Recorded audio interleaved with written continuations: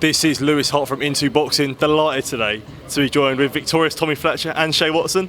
How are we both doing? Good, mate. I'm good now. I know that the opponent's alright. Looked like he got shot by a sniper rifle.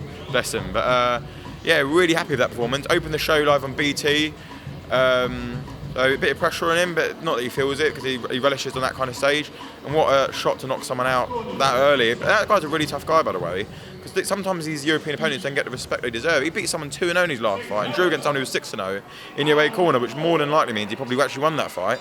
So he shouldn't really be even fighting people like that, really, in his third pro fight, but he is, and he's knocking them out cold, and he's making statements, and I'm really proud of him, because the way he opened up the contest as well, getting behind his jab, having a look at him as well, he didn't go looking for it, didn't panic or anything, he showed a lot of maturity in there for a 20-year-old, so I'm really happy with it.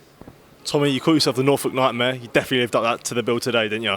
Definitely, man. You know, we're going to put Norfolk on the map, and we're going to, like I said before, I believe I'm the future of the cruiserweight division. But I'm 20 years old at the minute, and start taking step ups as they come. And I'm sure I'll smash them all. But I've got to stay humble, and I'm just glad that he's got good health, because obviously that was a bad shot. You know, I put him over. He was out cold. It was a bad knockout. You know, but that's what I do. So if I get in there 4, 6 rounds, 8 rounds, and I get behind the jab, never count me out, because it could be all over with one shot. I think we spoke in the week, and you said how you want the rounds in. Like, it's always the typical box thing that you never go looking for the knockout, but when it comes like that, it's special, and you clearly got power, especially being in the cruiserweight division. How tall you are, I couldn't believe you made cruiserweight. Do you know what I mean? You definitely, you're cut above the rest, especially as a prospect coming up.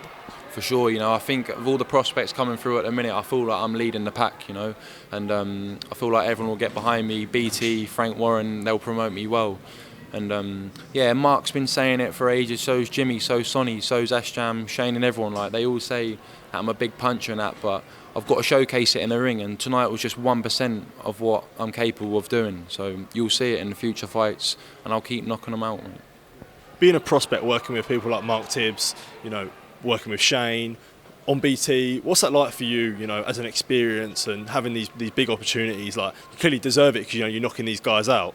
Yeah, it's class, mate. Most 20-year-olds ain't even turning over pro yet, but I've been blessed with an opportunity. Like, I'm 20 years old. I've fought at Manchester Arena, Wembley Arena, and now I'm fighting at the O2 live on TV. Like, what not many 20-year-olds can say they're doing that. And I've got a class management, S-Jam. They're the best in the business, and I've got a very good team around me. Mark, Jimmy, Sonny Cannon. I've got everything there around me. That's perfect. I've got to just perform under the lights, and that's where it matters. So I've got it all there for me. I've just got to get in the ring and do it. Shane, what's it like working with a prospect like Tommy, who is doing so well and progressing, coming on leaps and bounds? Yeah, I mean, he's very easy to deal with, but it's very difficult to know when to push him and who to put him in with. Number one, no one wants to fight him already because of that kind of performance. Like, people knocks people out like that, they can't box again for like 2 or 3 months, so they're losing loads of money. So they don't want to fight someone like him because they know they're going to get knocked out.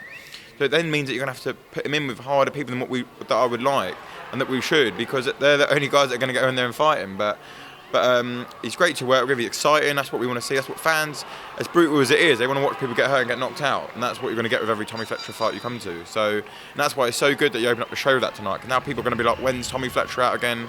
I need to see him on, especially like tonight, there's a lot of smaller guys, so you're not going to see as many knockouts on a fight night like tonight, maybe until the main event. So getting someone like Tommy out and knocking someone out like that, is going to get people that want to watch him again when he's next on. What's it like to manage someone like Tommy? He's only 20, he's fighting on the big bills. It's important to keep taking these steps up, but what is it like to manage like someone that's so exciting like he is? Yeah, you just got to keep the leash on him and not move him too fast, because that's what people do. They get excited, and rightly so, they should get excited. When you're putting people out cold like that, people that are coming to win and give it a good go as well. Obviously, you can sometimes push on a bit too much, but we know how to look after him. You've got a good trainer in Mark Tibbs, and he's got a good team around him as well. And he's honest with himself as well. But when you're putting people over in sparring as well, they're British, European, fringe world contenders, and he's only 20 years old, like, it isn't always the easiest job, but he'll have his first 6 rounder early next year, and then we'll push on from there. I was just about to ask you, just to finish off, what can we expect from Tommy Fletcher in 2023? Yeah, I'm going to try and get him on the Yard Baterbiev undercard. And then we'll get him hopefully on the Joyce undercard, which could be like maybe March, late February as well. And then just keep him active, man. Keep him active, keep him learning in the gym, and keep him getting them KOs and get that profile up. And then we'll see. I'll maybe look towards titles more in year 2024 because he is only 20 years old. Once you go up there, you can't ever come back down, and that's what you got to manage with young fighters as well. So yeah, that's what we'll do, and the fans will keep tuning in. Just, I know, did say just finish off there, but you talked about the Joyce undercard. Is there any sort of anyone an opponent in mind for that fight? Yeah, top 15 WBO guy because he's going to have to defend his interim title. So if you look at the top 15 WBO rankings, they're all really good fighters. So it'd be a good fight, whoever it is. I would preferably like a southpaw because I think he's going to fight Usyk or Fury afterward, the winner, whoever that is. And Fury's obviously a switcher, and he hasn't fought a southpaw since his fourth pro fight, which was Leroy Thomas.